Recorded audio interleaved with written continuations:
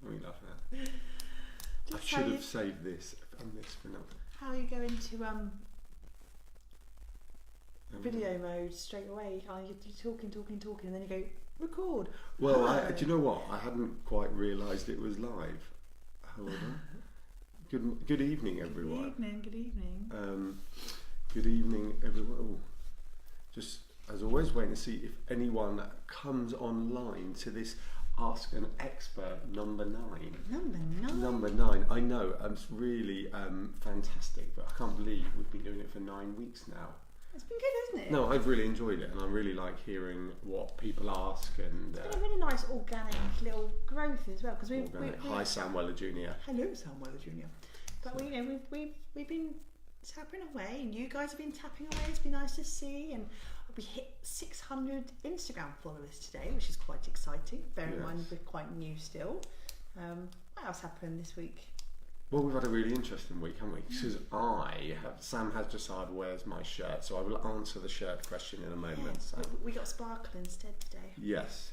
So I this week have been talking to a coffee supplier. Mm-hmm. I know, very exciting, because we are going to be bringing coffee into Baylily Bell Tents. Apologies, it's all gone a bit funny here as I try and do it live next to us.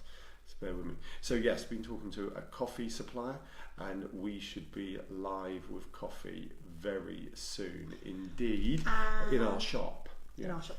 And where else did you go this week? Where have you been? Where did you go yesterday, Alan? Yes. So yesterday I went to. I knew I'd done some stuff this week. Yesterday I filmed our newest Baylily meet at the Penton Park Brewery with Guy and Kevin. One for the boys. Let me write that down. One for the boys.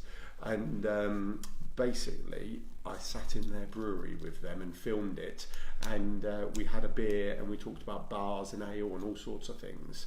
And it was very cool, and it is actually on our YouTube channel now, but we won't be promoting it until tomorrow. But you can go and watch it. First look, and if you subscribe to our channel and all that jazz, then you will get it first. Equally though, so he got the beer yesterday, which if you like beer, it's fine. I don't mind a beer, but it's not really.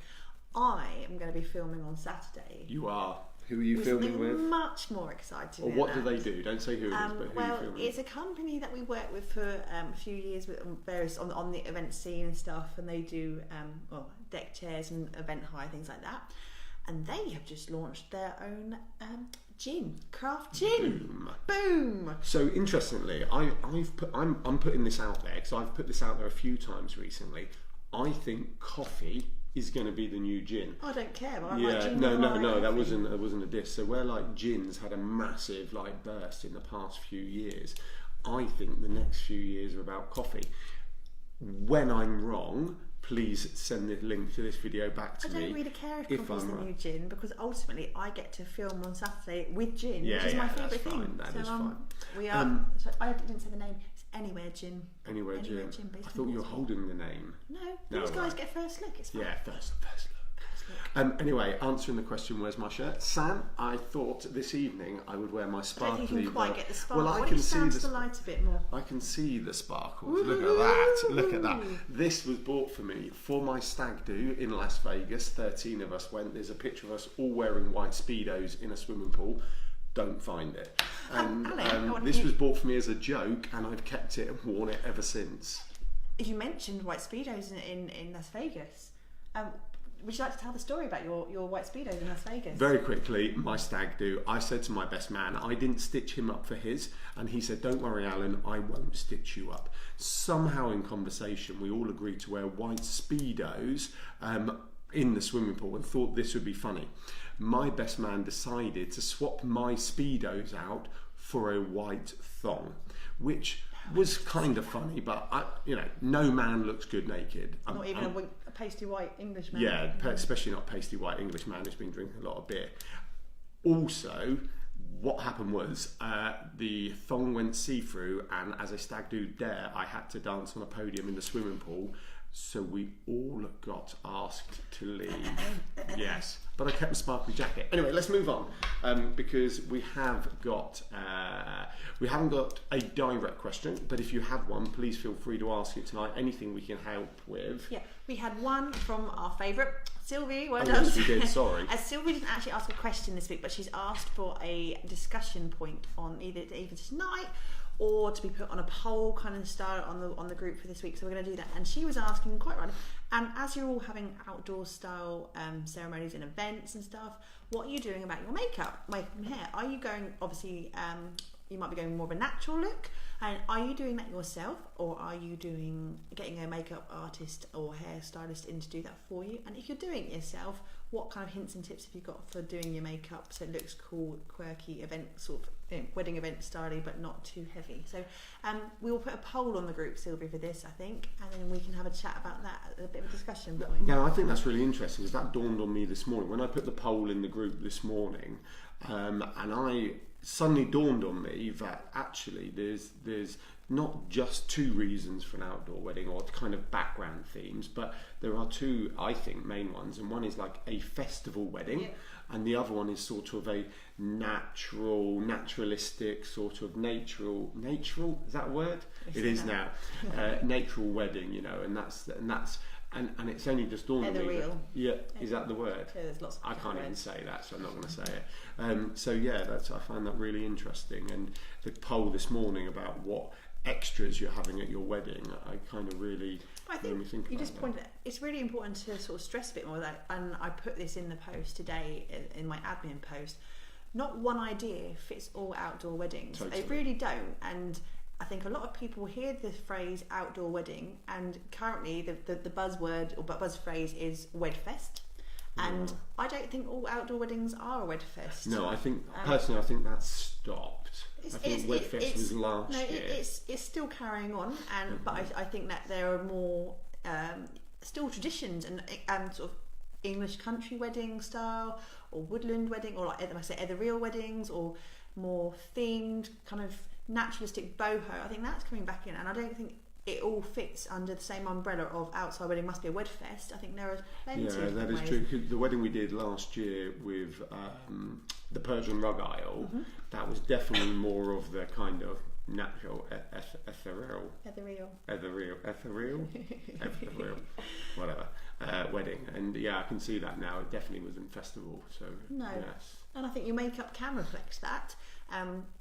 But by no means does it have to be just naturalistic. I've been to several weddings. We've been to several weddings where actually it's very highly styled still, and you know it's very up there, height of fashion. Massively. Some of the garden ones we've been to, massively. One of the weddings we did Bell Tents for 2 years ago now. They had a Glasgow theme, but she had 3 outfits for the entire day, and all 3 were stunning, and they weren't floaty, or they were like beaded and heavy dresses and quite strong makeup and strong hair, and she looked fantastic, and that was outside. So I don't think you can pigeonhole it into one type. There is that kind of, it's England, it will rain, it will be muddy, it will be XYZ.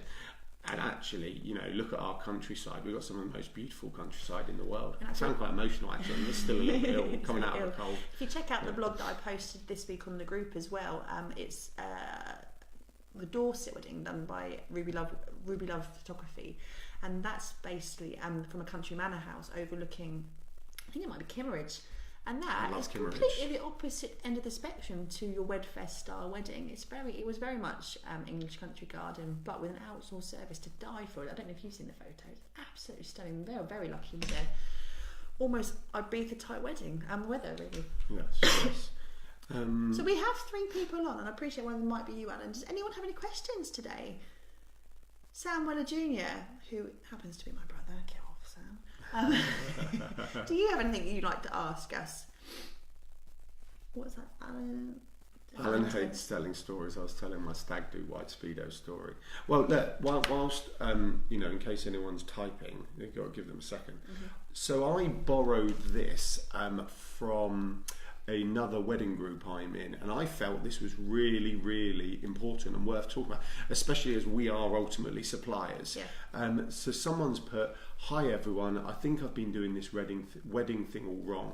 I've been paying everything off early so I don't have to worry about it. I've paid my photographer, the florist, the wedding singer, the suit hire, the venue deposit, but someone's just told me I'm not supposed to pay it all early because people can just run off with my money. I have receipts from them, etc., but this has panicked me." And I think that's a really, really fantastic question. And I know in our Baylily Meet series on YouTube that wasn't just another YouTube plug, by the way, it's actually relevant, that the suppliers we talk to have actually kind of covered this. On the bride and groom and the couple getting married, the mother of the bride, father of the bride, etc., etc., there has to be an element of due diligence. You need to check. You should ask any supplier for whether you want to call it their health and safety pack, whether you just want to see their public liability, whether you want to see anything like that. You should ask for reviews, or you should just go and check out their Facebook reviews. And reviews on a website, if someone wasn't trustworthy, could have been added by them. But it's look, we've got to remember the untrustworthy ones are the small minority, and we have to kind of base this on the majority being good people. But you have to think about it. On Facebook, the more reviews there are, the more they're just going to be from randoms, Joe Public. You do have to be careful with Facebook reviews as well, though. I mean, the majority of them are genuine, but please do look at take a holistic view of the entire amount. Because Kay won't mind me saying, Kay's on tonight actually. Kay has an amazing reputation as a supplier, and she has, I think, 90 odd 5-star reviews and one bad one. And that bad one, if someone was taking it as face value, could be quite detrimental. But actually, when you need to look at them all, as a sweep, is that supplier? I can't speak. What? Is that supplier reputable? Is it just a one-off? Are they getting their friends to put posts in, or is it someone who's got a bit of a bee in their bonnet about something they weren't quite happy with? Because when someone's on a mission to be in a bad mood, they can. Well, the other way of looking at it is like eBay, isn't it? I mean, I think the vast majority of everyone's had one bad eBay review, but it's not going to stop you buying from that person when you see that one, and when you read it, you're for that one-off, you generally think, oh yeah, such and such probably happened. But anyway, back to the case in point about paying your suppliers, because also a lot of suppliers, small businesses, would like to be paid by backs, which is like the modern cash version, straight into the bank. So you don't get that comeback from a credit card or check. There is no real comeback from a check. I mean, you can go into your bank and they can try and cancel it within 7 days, etc. But credit card's the real one. Bear in mind now that we're not allowed to put charges on top of credit cards. I've got to use my terminology right, because you can put a booking fee in if you wanted to, or something like that, but you can't go, oh, you're paying by credit card, that's an extra 3%. I know we take credit cards, we have no issues, it's fine, it's what we do. So think about that. It's a small business, they do want backs. If you're really nervous, offer to pay by credit card. Do your due diligence, ask to see insurance, ask to see reviews, ask to see risk assessments. Okay, it's just a piece of paper, but at least this company's thought about it. How long has the company been going for? Could you go in one of the Facebook wedding groups and find someone else who's used that company? And the biggest one is wedding insurance. We've covered wedding insurance before. It's really not expensive. I don't think I know of anyone who's paid over £100. I said it in the very first. We've done this. Your basic one can start at about £19 just for your basic cover. Again, and it's aligned to your kind of overall budget, isn't it? And what you're paying for, everything. And else. I will stress it again because we did cover this in one of the first Asking Experts, but it's still relevant now, and you might have missed the first one. Do check when you're getting wedding insurance. Please do check what that wedding insurance covers. Sorry. And as right, no, I know. You're doing very well. He's not very.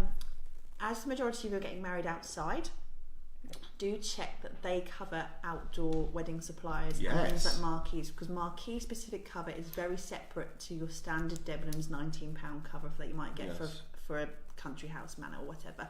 So check what that covers, check the security of that, check if it covers suppliers that aren't turning up, so check what happens in terms of If it's just your deposit, you get back. Check everything, and that goes for any kind of terms and conditions, be it for your insurance, be it for your caterer, be it for your bell tents, be it whatever. Read those terms and conditions. We don't chuck them on the end of an email for the sake of just putting them there. They're there for you to understand exactly what you're getting. Sorry, that's important. We just had a question. Exactly what you're getting for that purpose, and it will tell you within those terms and conditions what the payment terms are as well. Yeah. Some might be 25% up front, remaining balance 14 days before. Some might be that you pay it after the event.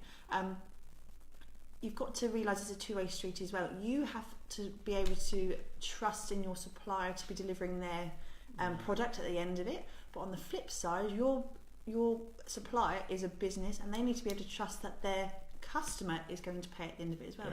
Because there are times when, you're all lovely people, but there will be that one couple occasionally who will try it. We wanted that sash, we're not going to pay £2,000 now because that chair sash wasn't tied nicely how we wanted it. And people do get panicked by that, and it's a two-way street. So really do check your terms and conditions, and if you've paid up front, that's not a problem, because if you've paid up front and you've signed a contract, and make sure there's a contract in place, or you've looked at it, signed the terms and conditions. Make sure an agreement. Anytime you do any exchange of money, make sure that there's a contract or a terms and conditions signed where you have it on paper what you're getting and why you're getting it. And if it doesn't happen, or they don't deliver to the best of their ability, we had that. We had an issue with our caterer for our wedding, and we had. No, we're not going to go into the great story of it. We had an issue. However, what we had was our paperwork and our supporting evidence and what we paid to use as our levy to make sure that we came back to an arrangement at the end of it, and it was fine. And without any of that, you haven't got a leg to stand off it if things don't go the way you plan, or they don't turn up on the day. And actually, just on a side note, that's why email's quite good at times, just because you get that full trail. Even if you have a phone call, and we are delving into bad things. No. It's due diligence. Due diligence, wedding insurance. A lot of you, and we get that with our customers, lots of customers love to speak to people. They like to speak to a person, they don't like to think they're talking to a computer, they like to have a phone call, and they like to chat things through. That's fine, have a chat, but what I would always say, both ends of the street, then follow up with an... I can hear a baby. Keep going. Then follow up with an email at the end of it, because whatever you've had in your conversation can get lost in translation. You can get forgotten. It might have been at the beginning of the conversation, half an hour later it's been forgotten again. Get that down in an email, and then if the worst case situation happens, or 2 weeks before the wedding you say you're catering for 100 and actually it's 150, you have got that evidence in an email thread, exactly what has been said between you, and you can't go wrong on that because it's black and white. That's what I would say. Definitely. So yes, it's just summarise that, because I think it's important. Do your due diligence. Go and visit them. If it's a marquee company, go and see them. When I was in marquees, we always invited people to come along and see other setups, etc., etc.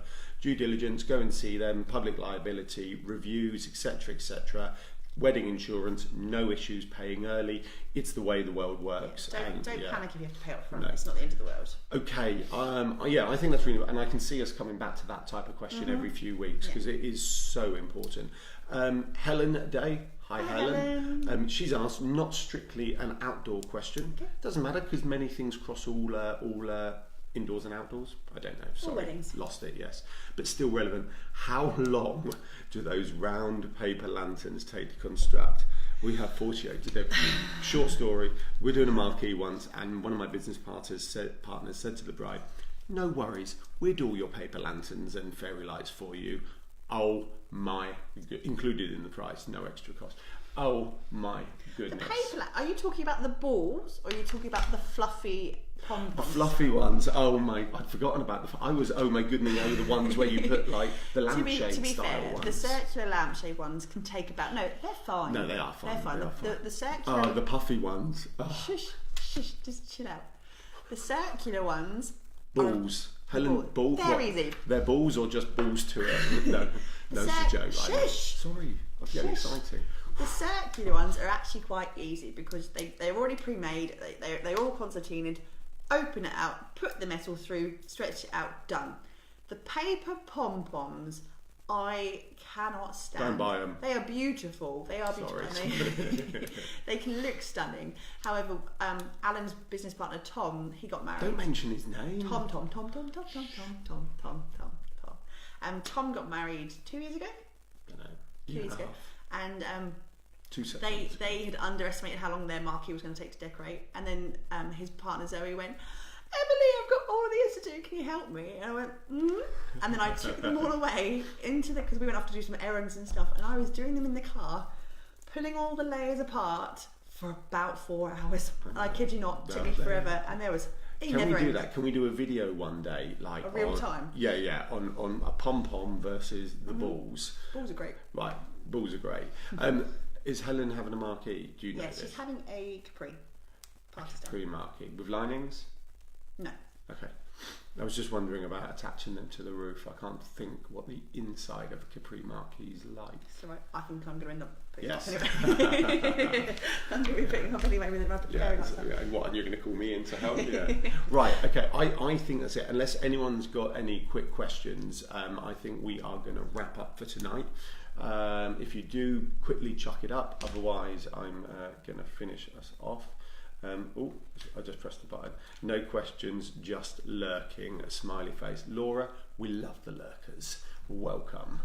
Can we just have a few thumbs up for the glittery jacket tonight, though, please? No Hawaiian shirts tonight. I've brought the sparkles. Thank God we have the simple ones. We'll have them ready for you, though. We really don't mind, Helen. It's honestly. I love it. Emily does love it. I don't. Emily does. That's what I live for. Yeah. Look, there's the thumbs up. Wow, I've never seen that. We've never had that before. Because no one's ever liked his jacket before. I should have brought the sparkles with the thumbs. Anyway. Alan wore this. Genuinely wore this to a wedding. Tom's wedding. Tom, right, sorry, I've been told off from the stories.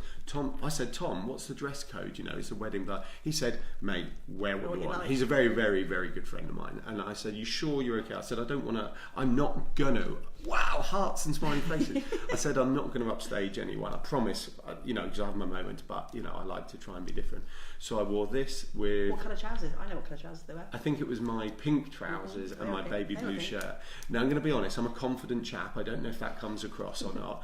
But when we walked into the pub beforehand and it was raining and everyone had Macs on and umbrellas and I'm there like this, I couldn't quite pull it off. I actually nearly went home and got changed. That's a true story. Anyway, on that note... Emily, I'd like to thank you for your time tonight. I'd love to thank you for your time. And I'd like to thank Emily for being my wife. Thank you. We haven't had a domestic today, so I'm in a good mood. We've still got 3 hours before we go to bed. That is true. Anyway, thank you all for coming online. Thank you for asking your questions, and absolutely can't wait for this again next week. Bye. Bye.